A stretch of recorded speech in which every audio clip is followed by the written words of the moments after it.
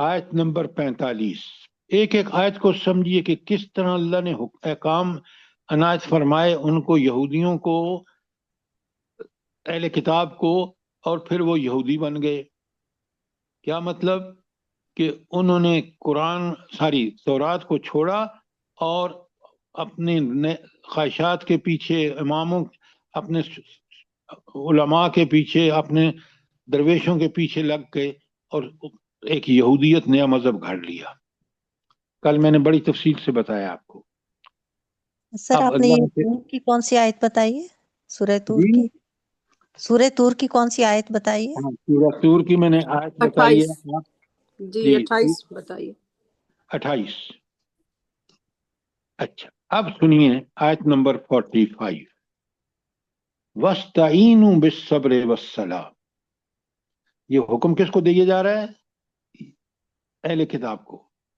بالکل ہمیں یہی قرآن میں بھی یہی الفاظ ہیں. وَاسْتَعِینُوا، مدد مانگو، بالصبر، صبر سے. صبر سے مدد مانگنے کا مطلب کیا ہے؟ جلدی بتائیں. اگر کوئی مشکل آ جائے تو اس سے صبر کریں.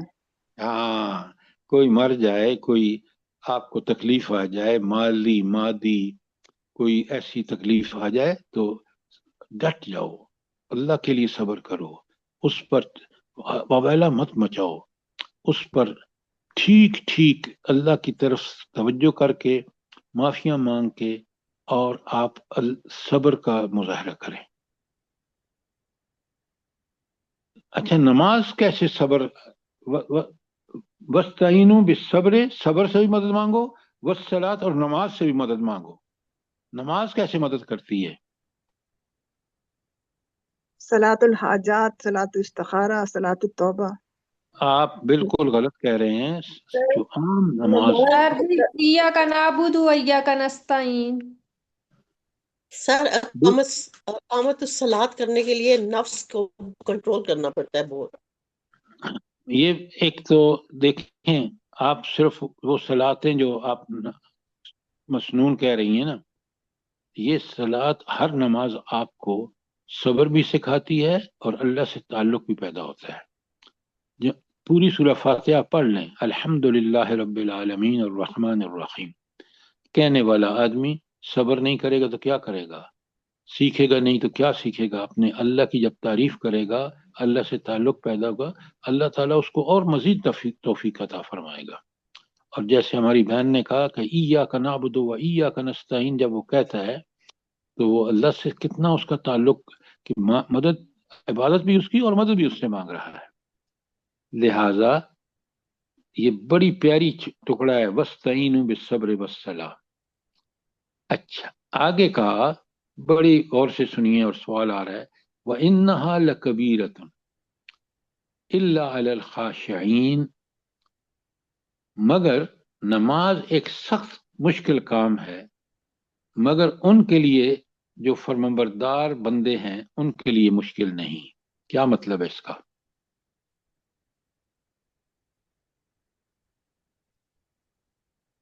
جن کا توکل اللہ پہ، اللہ سے ڈرنے والے ہیں، تو جنہیں ان کے پتہ لیے ہے نماز اتنی مشکل جنہیں نہیں پتہ ہے. ہے کہ یہ دنیا عارضی ہے اور فنا ہونے والی ہے، اور اجر تو سارا کا سارا اللہ تعالیٰ کے پاس جائے گا اور آخرت میں اللہ کے ہاں پیش ہونا ہے. سر ٹھیک ہے، جن کا عقیدہ آخرت مضبوط ہے نا، ان کے لیے یہ مشکل نہیں ہے. سر جن کو اللہ کا خوف ہے ان کے لیے اقامت الصلاۃ بالکل مشکل نہیں ہے. اب آپ نے بالکل ٹھیک کہا ڈاکٹر صاحبہ. یہ جو لوگ، آپ کیوں الٹی سیدھی باتیں کر رہے ہیں؟ جو لوگ کہہ رہے ہیں بھئی جو اللہ سے ڈرتا ہے نا، وہ ہر کام بڑی خوشی سے کرتا ہے، اللہ کے حکم کو بجا لاتا ہے. نماز، روزہ، حج، زکوٰۃ کچھ بھی مشکل نہیں ہے جب ان کے اجر کو سوچتا ہے کہ قیامت کے دن تو مجھ سے سوال ہی یہی ہوگا کہ میں نے اللہ تعالیٰ کی کتنی فرمانبرداری کی. آپ مجھے بتائیں، جب آپ اٹھتے ہیں صبح فجر کی نماز کے لیے تو آپ کیا کہتے ہیں؟ الحمدللہ الذی احیانا بعد ما الحمدللہ الذی احیانا بعد ما اماتنا. بڑے شوق اور ذوق سے وضو کر کے مسجد جاتے ہیں، خواتین گھر میں پڑھتی ہیں، اتنی خوش ہوتی ہیں اتنا اللہ تعالیٰ ان کو برکتیں عطا فرماتا ہے ان کے کام میں کہ انسان سوچ بھی نہیں سکتا. تو جو اللہ جی سے سر ڈر کے اس کی حکم کی تعمیل کرتا ہے، نماز اس کے لیے بہت آسان ہے. وہ سمجھتا ہے کہ میری نماز ہی میرے اللہ سے میرے تعلق کو مضبوط بناتی ہے.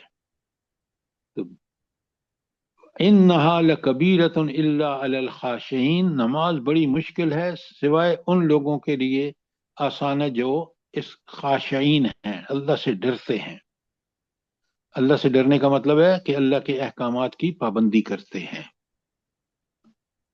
کوئی سوال؟ آیت 45 چھوٹی سی آیت ہے لیکن بڑی معنی خیز ہے.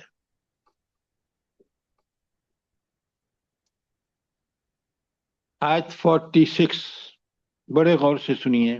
اللہ تعالیٰ فرماتے ہیں الذین یظنون انہم ملاقو ربہم، وہ لوگ جن کا یہ خیال ہے کہ ہمیں اللہ تعالیٰ سے ضرور ملاقات ہونی ہے ہماری، وَأَنَّهُمْ إِلَيْهِ رَاجِعُونَ، اور ہمیں پلٹ کر اسی کے پاس جانا ہے.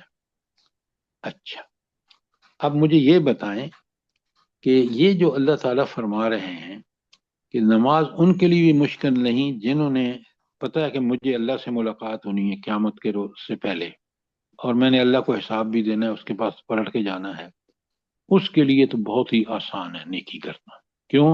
اس کو پتہ ہے کہ اس کے بعد جو اللہ مجھے انعام دیں گے، نماز، روزے، حج، زکوٰۃ، بر کا، ایفائے عہد، ایفائے حقوق، تو مجھے اتنا بڑا اجر ملے گا اور دائمی اور ابدی ملے گا کہ جس کی کوئی سوچ سمجھ بھی نہیں کر سکتا انسان. لہٰذا آپ دیکھیں کہ ان کے لیے جو اللہ سے ڈرتے ہیں اور ڈرنے کے بعد الذین یظنون انہم ملاقو ربہم، کہ انہوں نے ان کے رب سے ملاقات ہونی ہے، اس کا بھی ان کو یقین ہے. وَأَنَّهُمْ إِلَيْهِ راجعون، اور انہیں پلٹ کے جانا بھی اسی کے پاس ہے. تو یہ جب آپ کا ایمان پکا سچا ہوتا ہے تو خشوع اور خضوع یہ بھی انسان کو اللہ تعالیٰ عطا فرماتے ہیں، اور اس ملاقات کی وجہ سے خشوع اور خضوع اور بڑھ جاتا ہے کہ میں اپنے اللہ کی احکامات کی پابندی اس طرح کروں تاکہ واقعتاً اللہ مجھ سے خوش ہو جائے. کوئی سوال آیت 45 بلکہ 40 سے لے کر 46 تک؟ شاباش.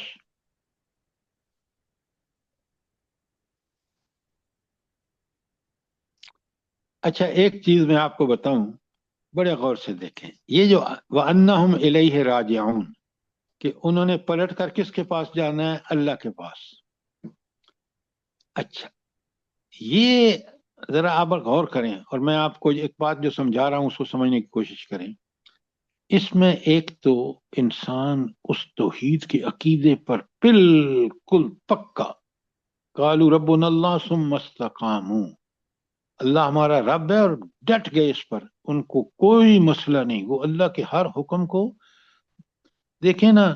وہ تو آپ عشاء اور فجر کی نمازیں مشکل سمجھتے ہیں، وہ تو تہجد کو بھی مشکل نہیں سمجھتے. اور آپ لوگ جو تہجد پڑھتے ہیں آپ اس کا اندازہ کر سکتے ہیں. تو ایک تو عقیدہ توحید میں مضبوطی آتی ہے، اور دوسرا اللہ کے عہد بندگی پر قائم رہنا جو ہے وہ کوئی مشکل اور کوئی اذیت معلوم نہیں ہوتی، بلکہ انسان خوشی خوشی کرتا ہے.